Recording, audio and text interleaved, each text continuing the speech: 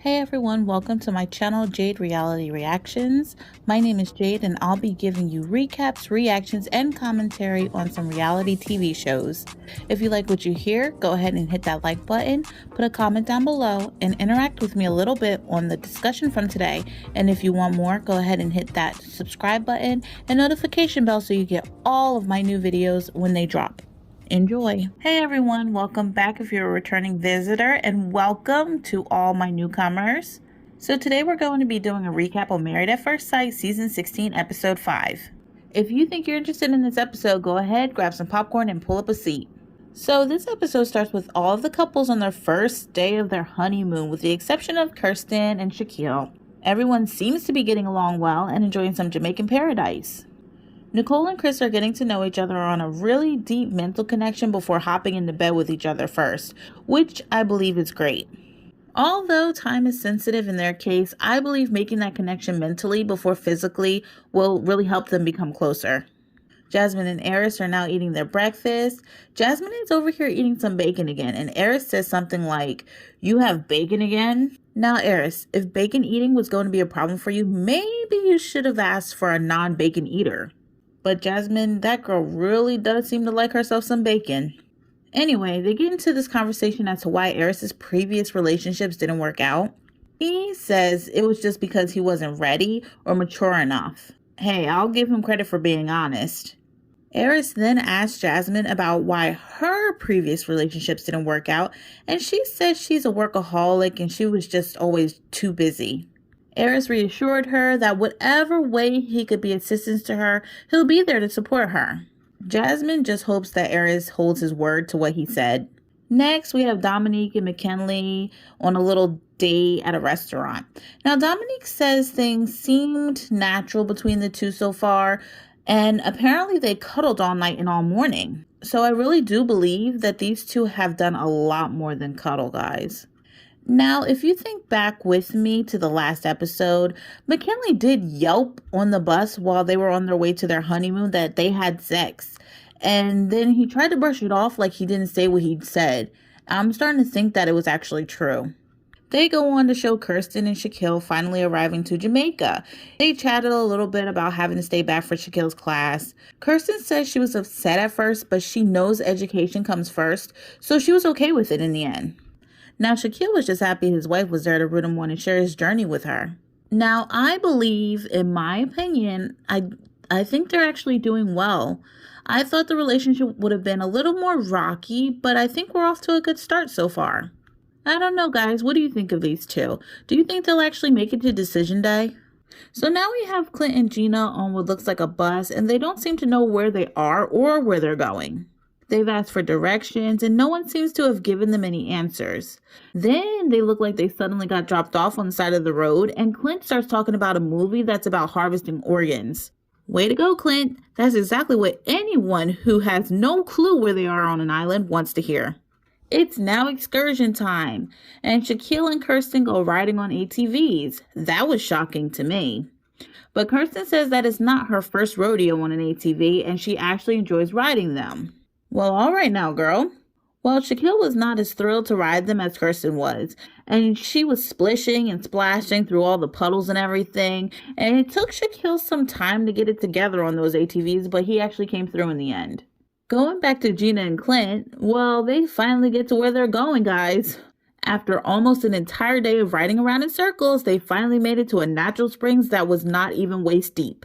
Now, who in the world made them get lost for hours just to come here? Anyway, Clint tells Gina how surprised he was that Gina kept her cool the entire ride there. Well, Clint, would you have rather Gina burst out into a demanding rage instead? He says he's looking forward to seeing Gina in her working element being a boss lady when they get back home. Is it me, or does it seem like Clint is looking to catch Gina lash out or get angry? Nicole and Chris decide to go rum tasting. Ooh, baby. They're about to go on a wild ride. Now, y'all know Jamaica has that hard liquor. Guys, they threw those shots back like nobody's business. Whose bright idea was this? Now both Nicole and Chris get up and start shimmying and shaking with this bartender they keep calling the rum guy. After they finish getting their groove on, they start talking about how Chris is so chill and Nicole is more like a firecracker. Well, Chris says he's not going to stand for Nicole taking any frustrations out on him. He doesn't want to deal with the tempers because he's dealt with them before and he doesn't want to be with someone like that again. Well, I'm glad he's standing up for himself in this case. Good for you, Chris. Moving on to Shaquille and Kirsten, Shaquille starts telling Kirsten about how he still gets butterflies when he sees her, just like the first time he seen her walk down the aisle.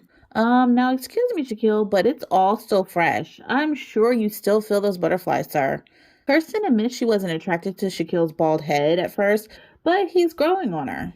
Later that evening, Aris and Jasmine are on a dinner date.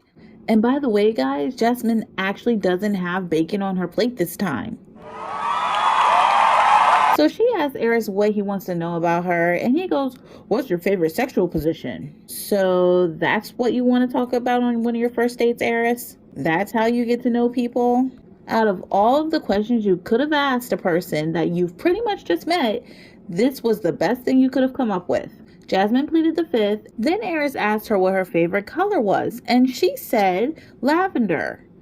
Aris starts talking about how that color ties into the downward dog sex position. He says how Jasmine was giving lady vibes in class and that she needs to give whore. Okay, Aris, okay.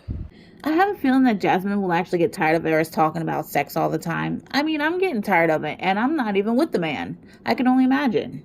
Okay, so now we're going back to Gina and Clint hanging out, enjoying some sun under a cabana. Gina jumps right on in and starts saying how she's not physically attracted to Clint. And she doesn't really vibe with redheads, and she's going on and on about the ginger look, and boy did Clint's attitude seem to shift. Clint then says he feels the same way about Gina, not being physically attracted and all.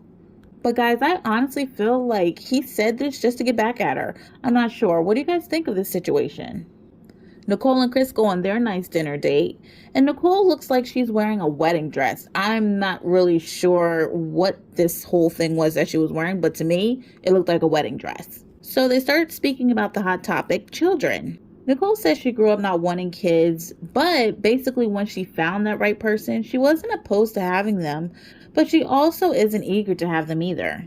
Chris says he's always envisioned a boy and a girl, the perfect cookie cutter family, I guess.